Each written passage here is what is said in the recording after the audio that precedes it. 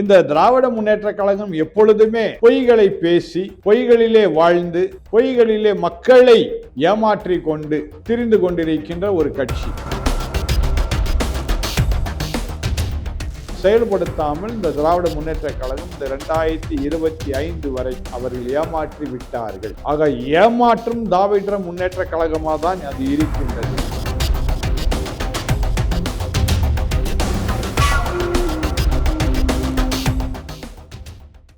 News Tamil நேயர்களுக்கு வணக்கம். உங்கள் யாவருக்கும் என்னுடைய புத்தாண்டு நல்வாழ்த்துக்களை தெரிவித்து 2026ஆம் ஆண்டு உங்களுக்கு எல்லாம் நலமாய் அமைந்திட என் ஆண்டவரிடம் பிரார்த்தனை செய்கின்றேன். நம்முடைய அருமையான திராவிட முன்னேற்ற கழகம் 2021 அவருடைய தேர்தல் வாக்குகளாக பல காரியத்தை சொல்லி இருக்கின்றார். அதுல ஒரு சில காரியத்தை மட்டும் நான் இந்த நாளிலே உங்களுக்கு முன் வைக்க நான் விரும்புகின்றேன். விசேஷமாக அவர்கள் சொன்ன ஒரு முக்கியமான ஒரு காரியம், அதாவது அரசு ஊழியர்களுக்கு, அரசாங்கத்தில் ஊழியம் செய்த அந்த நபர்களுக்கு என்ன சொன்னார்கள் என்றால், பழைய பென்ஷனை நாங்கள் கொண்டு வருவோம் என்று சொல்லி அவர்கள் சொன்னார்கள். இதை எப்படி சொன்னார்கள், எப்படி இவரால் முயலுமா என்று சொல்லி கூட நினைக்காமல் இந்த காரியத்தை சொன்னார்கள் என்று சொல்லி தான் சொல்ல வேண்டும். காரணம் என்னவென்றால், இது மத்திய அரசு ஒப்புதலுடன் நடக்க வேண்டிய ஒரு காரியம் ஒன்று.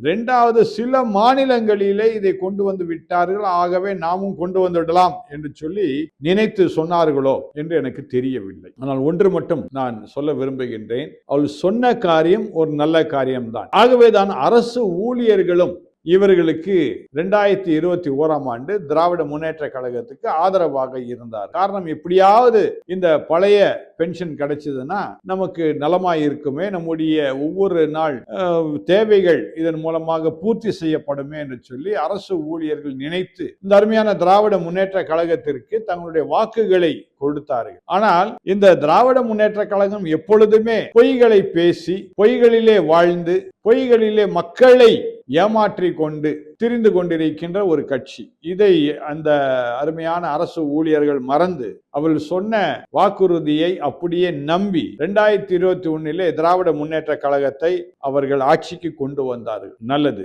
ஆனால் சொன்ன வாக்குறுதியை அவர்கள் செய்யாமல் இன்று வரைக்கும் இதற்காக அரசு ஊழியர்கள் போராட்டம் பண்ணி கொண்டிருக்கின்றார். எந்த வாக்குறுதியும் அவர்கள் நிறைவேற்றவே இல்லை. இதை சற்று சிந்தித்து பார்க்க வேணும் மக்கள். திராவிட முன்னேற்ற கழகம் நம்ம சிந்திச்சு ஒண்ணு நடக்க போறதில்லை. அவங்க சொன்ன வாக்குறுதியில ஒன்றும் அவங்க செய்யல. ஏறக்குறைய 600 மேல ஒரு வாக்குறுதிகளை கொடுத்தார்கள். அல்ல 68 என்னமோ 65 என்னமோ தான் அவங்க செய்தார்கள். அதுவும் முழுமையாக அவைகள் நிறைவேற்றப்படவில்லை என்றுதான் நாம் சொல்ல வேண்டும். ஆனால் இது ஓய்வூதியர் திட்டம் என்பது ஒரு அருமையான திட்டம். கட்டாயம் ஒவ்வொரு நபரும் சாகும் வரை பெறக்கூடிய ஒரு அருமையான ஒரு திட்டம். அது முழு குடும்பத்துக்கும் உதவக்கூடிய ஒரு திட்டம். இந்த திட்டத்தை செயல்படுத்தாமல் இந்த திராவிட முன்னேற்ற கழகம் இந்த 2025 வரை அவர்கள் ஏமாற்றி விட்டார்கள். ஆக ஏமாற்றும் திராவிட முன்னேற்ற கழகமாக தான் அது இருக்கின்றது. அடுத்தது பாத்தீங்கன்னா, சரண்டர் லீவ்னு சொல்லுவாங்க. அரசாங்க வேலை செய்யறது தெரியாது, சரண்டர் லீவ்.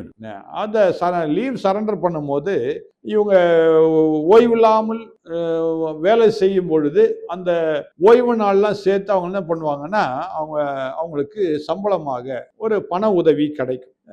அது லீவ் பெனிஃபிட்னு சொல்லுவாங்க ஆங்கிலத்தில். சரிங்களா? சரண்டர் லீவ் பெனிஃபிட்னு சொல்லுவாங்க. இதையும் இந்த திராவிட முன்னேற்ற கழகம் செய்வோம் என்று பார்த்தால் செய்யவே இல்லை. அது மட்டும் இல்லைங்க, இன்னொரு காரியத்தை கட்டாயம் நான் இப்போ முன்னாடி முன் நிறுத்தணும். என்னன்னா, சிறுபான்மையர்களுக்கு நாங்கள் அரணாய் இருப்போம் என்று சொல்லுகின்றார்களே, சிறுபான்மையினுடைய கல்லூரியில் மற்றும் பள்ளிகளில் வேலை செய்யும் ஆசிரியர்களுக்கு சேலரி அரியர்ஸ், அவர்கள் ரிட்டையர் ஆன பிற்பாடு சேலரி அரியர்ஸ் இன்னும் வராமல் பலர் கஷ்டப்பட்டு கொண்டு இருக்கிறாங்க. அது சேலரி அரியர்ஸ் மட்டும் இல்லைங்க, பென்ஷனே வரல அவங்களுக்கு. கேட்டா இப்போ வந்துடும் அப்போ வந்துடும். சிலருக்கு 2 வருஷமா அலைஞ்சிட்டு இருக்காங்க, சிலர் 3 வருஷமா அலைஞ்சிட்டு இருக்கிறாங்க. இதற்கு காரணம் என்ன அப்படின்னா, இந்த திராவிட முன்னேற்ற கழகம் தான். ஆனா இந்த சிறுபான்மையர் வெகுளித்தனமாக திராவிட முன்னேற்ற கழகத்தினருக்கு அவர்கள் ஆதரவு கொடுத்து கொண்டிருக்கின்றார்கள். ஆகவே சிறுபான்மையர் இந்த முறை சிந்திக்க வேண்டும்.